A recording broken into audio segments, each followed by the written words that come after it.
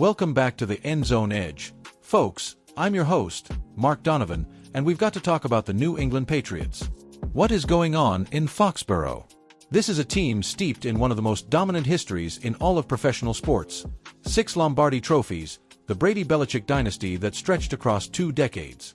We're talking about an institution. But the current season is proving to be a brutal transition, a stark contrast to those glory days of Gillette Stadium roaring every Sunday. This is more than just a losing streak. It's an identity crisis for a franchise that defined excellence. Before we dive deeper into the Patriots' offensive struggles, do us a favor and make sure you're subscribed to the channel. We bring you the most in-depth analysis on the New England Patriots and the Philadelphia Eagles every week. Hit that like button and drop a comment below telling us your biggest takeaway from this weekend's action. Your support keeps the End Zone Edge running strong. The primary takeaway from the frustrating Week 15 loss at home against the AFC East rival Buffalo Bills is this: the New England Patriots passing game is sputtering, particularly their wide receivers. It was a truly quiet afternoon for a position group that needs to step up and support their young quarterback, Maye. We saw flashes, sure. The game did start with a spectacular moment. Rookie Kayshon Boutte making a diving, athletic grab that reminded us of the potential we've heard so much about. But that was a firework, not a sustained flame. This stunning initial reception, which spanned 30 yards, was Boutte's only high-impact play of the entire contest. It shows a severe lack of consistent involvement for their playmakers. The overall performance of the wide receivers was so muted that it ultimately contributed significantly to the frustrating defeat against a familiar divisional foe, the Bills. Veteran Mac Hollins, playing against his former team, added a few key receptions, leading the group with 4 total catches, accumulating a modest 41 yards. While his performance was technically the best among the receiving unit, these were hardly the numbers expected from a team trying to establish a rhythm. But outside of those minimal moments of brilliance, the receiving core was nearly invisible.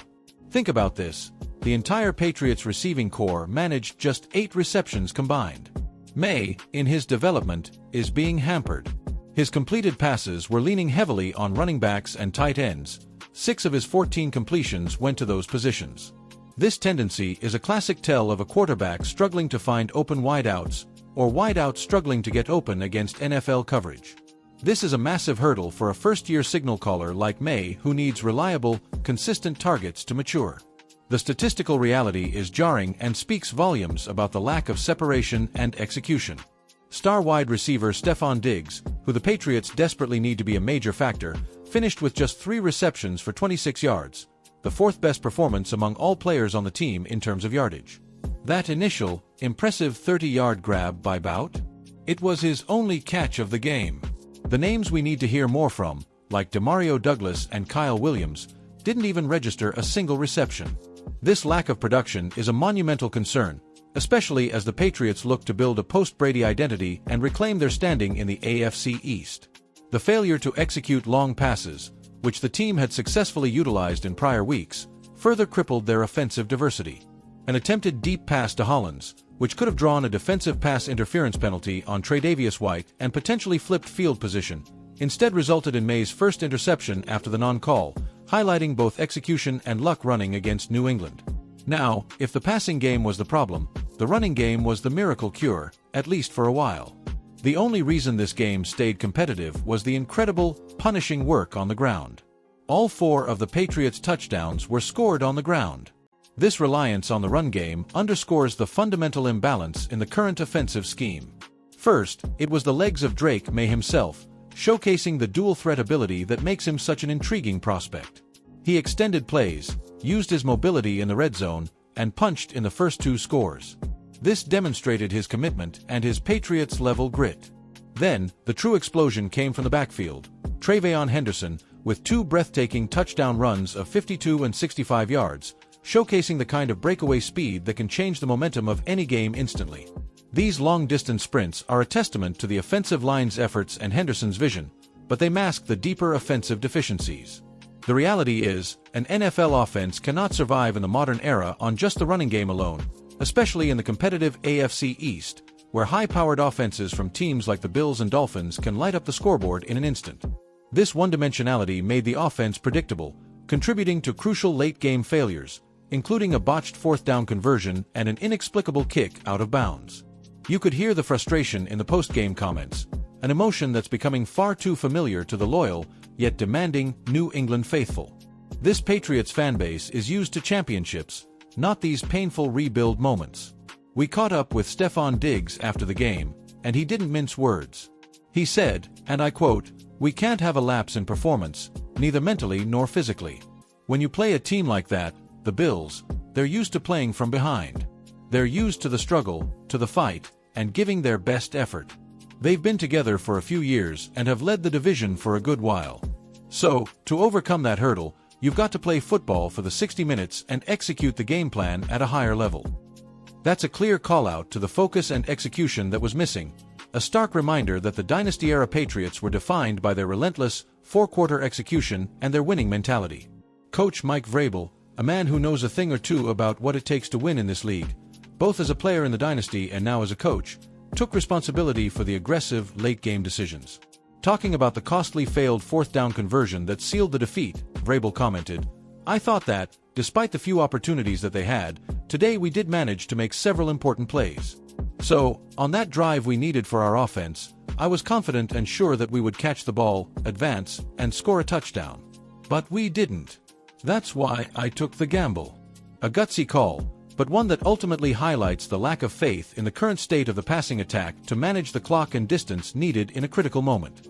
Now, let's take a quick pivot to our other team of focus, the Philadelphia Eagles.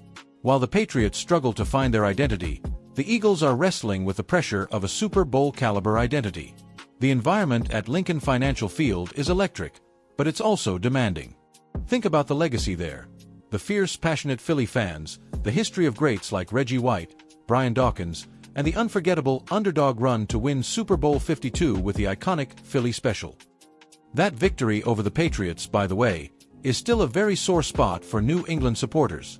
The Eagles, led by the dynamic Jalen Hurts, have their own challenges, though theirs are usually about maintenance, not a rebuild. They face a relentless grind in the NFC East against bitter rivals like the Dallas Cowboys, the New York Giants, and the Washington Commanders. Their success hinges on the sustained dominance of their defensive line, featuring stars like Darius Slay in the secondary, and the connection between Hurts and key targets like A.J. Brown. While the Patriots are trying to figure out how to get 8 catches from their receiving core, Eagles receivers might hit that total by halftime. This contrast is fascinating. The Patriots are trying to find the next Tom Brady and establish a new era of dominance in the AFC East, while the Eagles are trying to make sure their current star, Jalen Hurts, maintains his MVP form and avoids the kind of late-season slumps that can derail a promising year. Both teams, one a dynasty in transition and the other an established contender, share the history of Super Bowl matchups, XXXIX and AII, but their current trajectories couldn't be more different. The Patriots have no time to dwell on this loss. The schedule doesn't offer any breaks, which is a lesson the team learned constantly during their dynasty years. The NFL waits for no one. Their challenge now is a massive one. They are heading to Baltimore to face the Ravens under the bright lights of primetime next week. This primetime matchup against a dominant Ravens squad is a genuine trial by fire for this young Patriots team. Coach Vrabel's closing promise was clear. The Patriots will attempt to involve their wide receivers more in the game plan against the Ravens. They have to. Against a fierce, top-tier defense like Baltimore's, they cannot afford a one-dimensional attack. The short yardage plays and screens need to open up the deep ball, something the team had used to their advantage earlier in the season but failed to execute against the Bills. We saw the potential for a big play that was nullified. They need those deep shots to count now. Will the New England wide receivers finally answer the call? Can Maye get the support he needs to grow into the franchise quarterback they drafted him to be? That primetime matchup against the Ravens isn't just a game.